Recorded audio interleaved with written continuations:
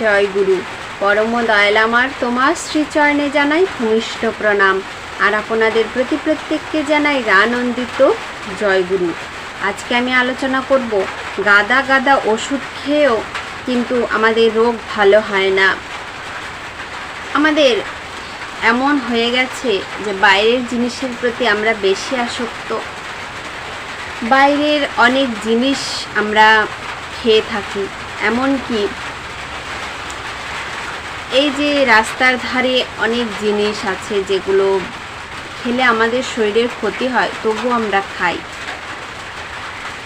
আমরা সেই লোভটাকে কন্ট্রোল করতে পারি না, আর যার জন্য কি হয়, আমাদের নানান রকম অসুখ হয়, এমন মারণ ব্যাধি হয় যেটা এক এক সময় সারবার কথা থাকে না, এমন কিন্তু রোগ হয়।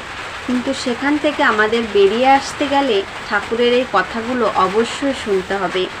শুধু গাদা গাদা ওষুধ খেলেই যে অসুখ ভালো হবে এমন কোনো কথা নেই।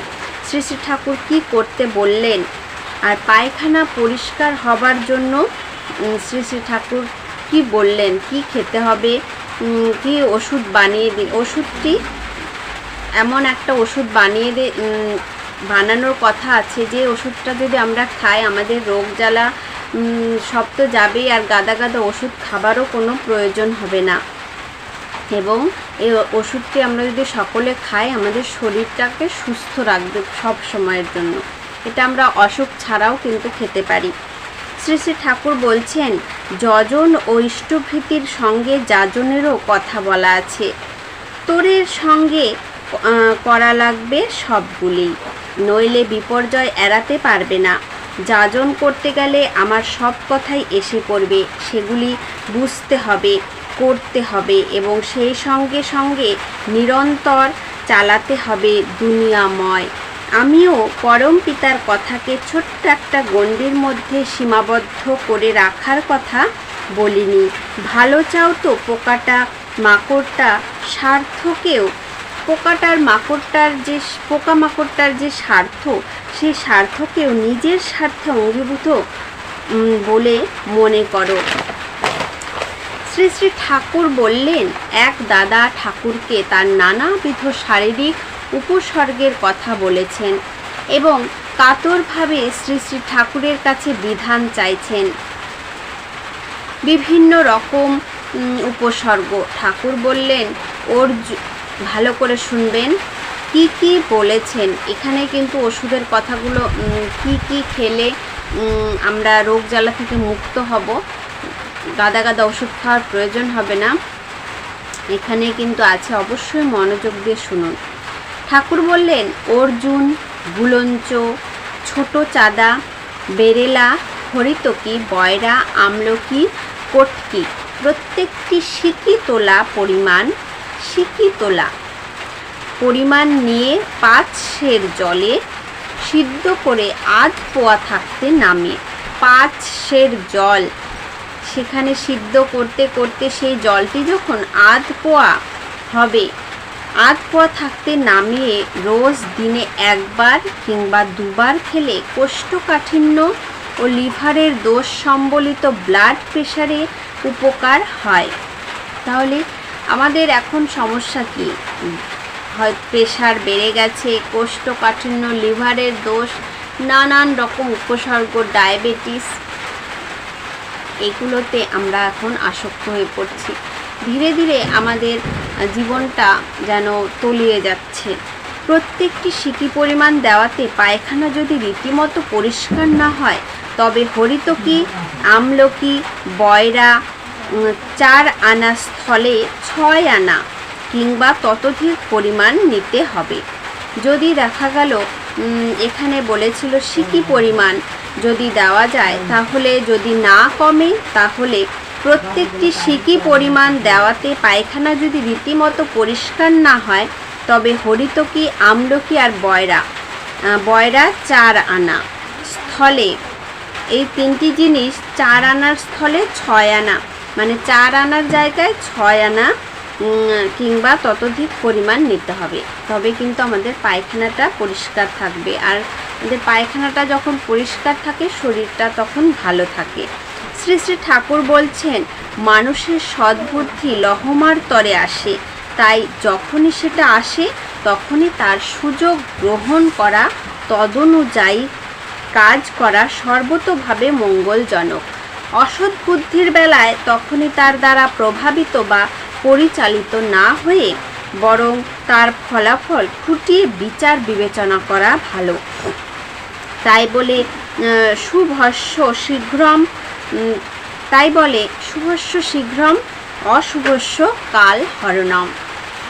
আমার রসগোল্লার লোভ ছাড়বার সময় বুঝলাম, প্রবৃত্তির ঝোঁকটা যখন আসে তখনই লাভজনকভাবে, অন্যথা ব্যাপৃত হয়ে পড়লে কিছু সময়ের মধ্যে কেমনভাবে তা কর্পূরের মতো উবে যায়। ঠাকুরের রসগোল্লা ছাড়বার ঘটনা অনেকেই জানেন। যারা জানেন তারা তো বুঝতেই পারছেন যে ঘটনাটা কি। আর যখন কোনো জিনিসে আমরা আসক্ত হয়ে যাই, যেটা না খেলে আমাদের ভালো লাগে না, যেমন নেশা জাতীয় জিনিস যারা খায়, তারা যদি ঠিক টাইম মতো সেই নেশার জিনিসটা না খায়, তারা কিন্তু পাগল হয়। তাদের মনে হয় কি যেন নেই, কি যেন হারিয়ে গেছে, এমনটা মনে হয়। ঠিক তেমনই আমরা যদি কোনো কিছুর প্রতি আকৃষ্ট থাকি, সেখান থেকে ছাড়া কিন্তু অতটাও সহজ হয়ে ওঠে না। কিন্তু সেটাকে আমাদের ধীরে ধীরে ছাড়াতে হবে, বাজে অভ্যাসগুলো ছাড়াতে হবে। যেগুলো খেলে আমাদের ক্ষতি হয় সেগুলো ধীরে ধীরে আমাদের কমিয়ে আনতে হবে, ধীরে ধীরে ছাড়তে হবে। এতে আমাদের শরীর ভালো থাকবে। তুকটা হাতে পেয়ে গেলাম, তাহলে এই তুকটাই আমাদের কাজে লাগাতে হবে। কায়িক সংক্রান্ত কোনো কাজে লেগে যেতে হবে, আর তদনুকূল বাক্য ব্যবহার ও চিন্তায় নিজেকে নিয়োজিত করতে হবে। এর ফলে দেখতে প্রবৃত্তির সম্বেগ তখনকার মতো কাবু হয়ে যায়। যে কোনো প্রবৃত্তির অবাঞ্ছনীয় আবেগ যখনই আসুক না কেন, তখনই এইভাবে তার পরিহার করতে হয়। একে বলে প্রত্যাহার। অনেক বিষাদ রোগে ভুগে গাদা ওষুধ খায়, তা করে জোর করেও এই তুকটা যদি প্রয়োগ করে, তাও নিজেকে সারিয়ে তুলতে পারো। তাহলে আমরা গাদা ওষুধ খাই, আর যদি এই বাজে খাবারগুলো আমরা না খাই বা সেখান থেকে ধীরে ধীরে নিজেকে সরিয়ে নিয়ে আসতে পারি, যদি কষ্টও হয় তবুও কিন্তু আমরা নিজেকে সারিয়ে তুলতে পারবো। অবশ্য স্নায়ু পোষণদায়ক ওষুধ বা খাদ্য খাওয়া লাগে। যেখানে রোগীর ইচ্ছা দুর্বল হয়ে পড়ে, সেখানে তার হৃদাকাঙ্ক্ষীদের উচিত এমনতর ব্যবস্থা করা যাতে মন প্রফুল্ল থাকে এবং প্রীতিকর কাজে ব্যাপৃত থেকে সেই বিষাদ ও অবসাদ এড়িয়ে চলতে পারে। তাই কেউ যদি অসুস্থ হয়, তার পাশে যদি কোনো দুর্বল লোক থাকে, সে তো আগে ভেঙে পড়বে। তার ভাঙা দেখে সেই অসুস্থ মানুষটিও ভেঙে পড়ে। তাই এমন কোনো লোককে থাকা দরকার তার পাশে, যে তাকে সাহস জোগাতে পারবে। সে যাতে নিজের রোগের কথা বিলকুল ভুলে যায়, এমনভাবে তাকে স্ফূর্তিতে মাতিয়ে রাখতে হয়। আশা, উৎসাহ এবং উদ্দীপনার কথা বলতে হয়। কত পাগলকে আমি এরকম ফের করে সারিয়ে তুলেছি। যোগেন সেনের ছিল কঠিন কাম উন্মাদনা রোগ। কাছে রেখে কত কায়দা করে তাকে প্রায় সুস্থ করে তুলেছিলাম। গিরীন্দ্র শেখর বসু নাকি সেই কথা শুনে অবাক। শুনেছি বলেছিল, ঠাকুর তো দেখেছি একজন ফ্রয়েডের চাইতে একজন উঁচু স্তরের মনস্তাত্ত্বিক। ঠাকুর সত্যিই মনস্তাত্ত্বিক। ঠাকুর মানুষের মনের কথাও জানতে পারে। ঠাকুর কত রকমভাবে মানুষকে সারিয়ে তুলেছে, তার মনোবৃত্তিটাই আলাদা ছিল। তিনি ভয়ঙ্কর পরিস্থিতি থেকেও নিজেকে কী করে সরিয়ে আনা যায় সে কথাও বলেছেন। তাই আমাদের প্রবৃত্তি জিনিসটাই এরকম। প্রবৃত্তি থেকে আমরা যদি কোনো কিছুর উপরে আকৃষ্ট থাকি, সেখান থেকে আমাদের নিজেকে সরিয়ে আনতে হবে। এমন কিছু খাবার আমাদের খাওয়া চলবে না। যারা কম বয়সী তাদেরকেও বলছি, তারা ধীরে ধীরে যদি সেখান থেকে সরে আসতে পারে তবে কিন্তু তারা পরবর্তীতে ভালো থাকবে, সুস্থ থাকবে। তাই খাওয়াটাকে আমাদের কন্ট্রোল করা অবশ্যই দরকার। আর এখানে যে বললাম কি কি খেতে হবে, কেমন কি খেলে এটা আমরা প্রতিদিনই খেতে পারি, তাহলে আমাদের রোগ জ্বালা কম হবে, আমাদের অত গাদা গাদা ওষুধ খাওয়ার প্রয়োজন নেই। অর্জুন, গুলঞ্চ, আবারও বলে দিচ্ছি, অর্জুন, গুলঞ্চ, ছোটো চাঁদা, বেরেলা, হরিতকি, বয়রা, আমলকি, কটকি প্রত্যেকটি সিকি তোলা পরিমাণ নিয়ে 5 সের জলে আধ পোয়া থাকতে নামিয়ে নিতে হবে।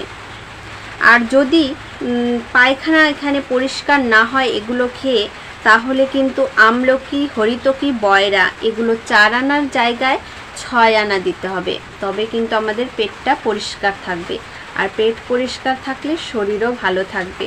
তাহলে নিশ্চয়ই বুঝতে পারলেন কি করে আমরা গাদা গাদা ওষুধ খাওয়ার হাত থেকে রেহাই পাবো, কি করে ভালো থাকতে পারবো। শ্রী শ্রী ঠাকুরের দেওয়া ওষুধটি সকলেই খান, তাহলে কিন্তু আমরা ভয়ঙ্কর রোগ জ্বালা থেকে মুক্ত পাবো। আজকের আলোচনা প্রসঙ্গ এ পর্যন্তই। আবারও আসবো নতুন কোনো আলোচনা নিয়ে। আপনারা সকলে ভালো থাকবেন, সুস্থ থাকবেন। জয় গুরু।